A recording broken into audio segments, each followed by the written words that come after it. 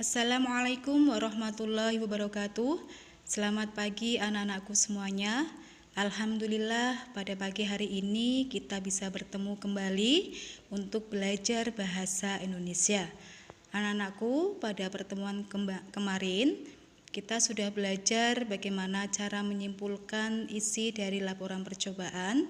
Nah, untuk hari ini kita lanjutkan kembali, yaitu belajar menyajikan laporan percobaan secara lisan ataupun secara tertulis.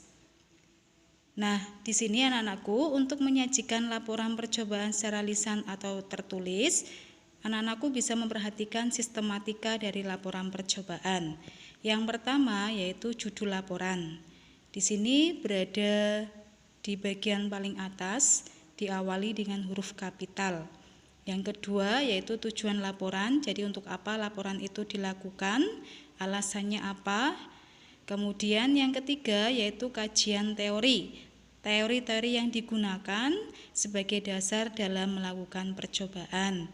Di sini untuk kajian teori bisa diambil sumbernya dari buku ataupun dari internet. Kemudian sistematika laporan percobaan yang keempat yaitu alat dan bahan. Alat dan bahan apa saja yang digunakan untuk melakukan percobaan.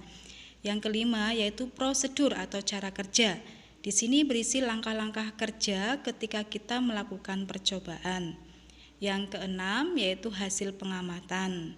Hasil yang diperoleh saat kita melakukan percobaan. Biasanya di sini disertai dengan data atau tabel ya, supaya lebih paham. Kemudian setelah hasil pengamatan yang ketujuh, sistematika yang ketujuh yaitu pembahasan. Hasil pengamatan dibahas secara deskriptif atau secara perhitungan. Kemudian yang kedelapan yaitu simpulan. Anak-anakku bisa menulis secara singkat simpulan yang sesuai dengan tujuan laporan percobaan. Yang kesembilan, yang terakhir yaitu berisi daftar pustaka. Sumber-sumber yang digunakan pada kajian teori nanti ditulis alamatnya pada daftar pustaka dari buku ataupun dari internet. Kemudian setelah kita mempelajari sistematika dari laporan percobaan, selanjutnya kita belajar tentang langkah-langkah menyusun laporan percobaan. Di sini dibagi menjadi 4, yaitu yang pertama membuat judul laporan, yang kedua yaitu menyusun kalimat pembukaan, yang ketiga yaitu menyusun isi laporan, yang keempat yaitu menyusun kalimat penutup. Karena ini langkah-langkah berarti harus urut 1 sampai 4. Kemudian setelah anak-anakku belajar sistematika dan langkah-langkah dalam menyusun laporan percobaan, silahkan anak-anakku bisa mencermati contoh dari laporan percobaan. Di situ yang pertama ada judul laporan yaitu panas matahari. Yang kedua yaitu tujuannya, di sini menjelaskan matahari sebagai sumber panas. Yang ketiga alat dan bahan yang digunakan. Di sini ada 4 ya. Ada baskom, termometer, stopwatch, dan luxmeter.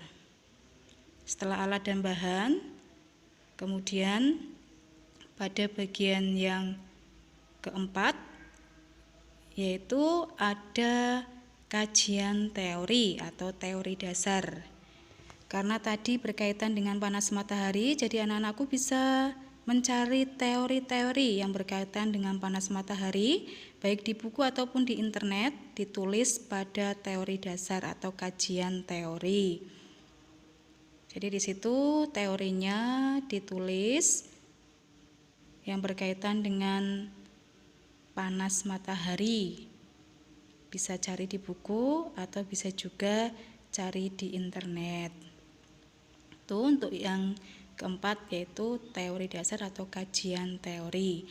Untuk yang selanjutnya, yang kelima yaitu cara kerja atau langkah kerja. Di sini berisi langkah-langkah kerja. Ya, anak-anakku bisa mencermati ada langkah-langkahnya dari awal hingga akhir karena ini langkah-langkah kerja, maka harus urut.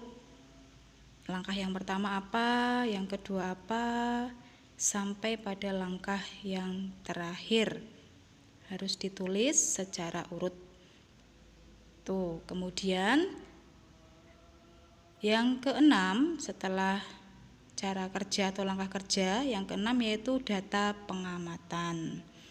Di sini hasil pengamatan dari panas matahari ditulis dalam bentuk tabel supaya anak-anakku lebih paham. Nah, di situ anak-anakku bisa mencermati ketika waktunya 10 menit itu kondisi panas mataharinya seperti apa, 25 menit seperti apa, sampai 60 menit nanti kondisi panas matahari itu seperti apa. Kalian bisa lihat di bagian keterangan itu ya.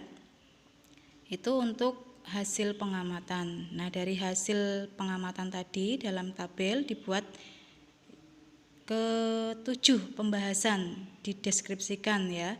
Di bagian pembahasan dijelaskan secara deskriptif di bagian pembahasan. Kemudian yang ke-8 yaitu simpulan dari awal hingga akhir. Simpulannya apa? Yang ke-9 yaitu daftar pustaka. Sumbernya ditulis, sumber-sumber teori yang digunakan ditulis di daftar pustaka. Alamatnya seperti apa? Kalau dari buku, alamatnya seperti apa? Kalau dari internet, alamatnya seperti apa, itu semuanya ditulis di daftar pustaka.